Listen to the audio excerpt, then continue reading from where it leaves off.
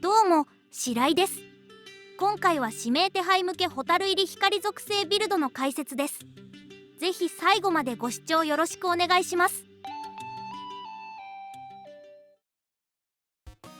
今回はホタルを支援に採用しました。ホタルは特化1ではスキルダメージを強化するビルドです。特化1ではバフの発動に後期の発生が必要な素質が2つあるのですが、ホタルを主力で編成しないと後期を発生させられません。今回主力に採用する視野では後期を発生させられませんので、ホタルの通常攻撃が強化される特化2を採用します。ピカピカチャージは敵の属性非ダメージを最大 40%、 自分の攻撃力を最大 14% 上昇させる素質です。光属性の編成では攻撃力等のバフに比べて属性非ダメージのデバフがやや不足気味なので重要度はかなり高いのですが、実スタックした状態を維持するのがかなり難しいという問題を抱えています。スタックを維持するためには、その1、視野の印発動の回数を増やす。その2、ホタルの場にいる時間を増やす。その3、敵の近くにホタルがいるようにする。以上の3点を対策できれば維持しやすくなると思います。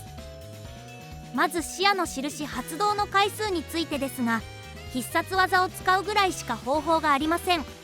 視野が無凸の場合は必殺技があまり強くないので対策としては微妙です。千歳のように視野も復刻の時に強化される可能性があります。必殺技のスキル倍率が強化されたり、電音の攻撃で印が発動できるようになると嬉しいです。お片付けは支援スキル終了時に追加攻撃を行います。この追加攻撃により場に残る時間が 0.8 秒延長されます。2秒ぐらいだと採用も考えられたんですが、 0.8 秒だと微妙ですね。ビュンビュンモードはホタルの近くに敵がいない時に移動速度が2倍になります。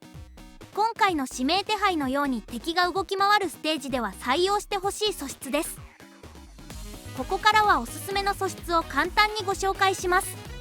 まず視野ですが、これまで通り通常攻撃ダメージを重視した特化1を採用しています。視野の凸が進んでいる方はフォローアップを削ってハローハロー注意報を採用してください。ティリアはナイトパンチを最優先にして、残りは攻撃力のバフを取れるだけ取ってください。ホタルは視野に比べて2から4割ぐらいのダメージ量です。基本的には視野の火力に貢献できるバフ、デバフを優先するのがおすすめです。最後に気象厳選でおすすめの素質はご覧の通りです。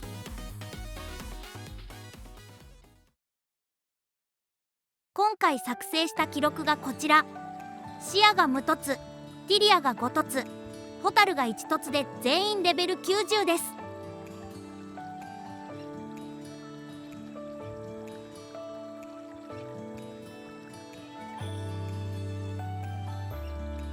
今回の記録は素質数が82であまり取れなかったのですが、集中の音符が多く取れたのが良かったのか、手持ちの記録では一番スコアが出ました。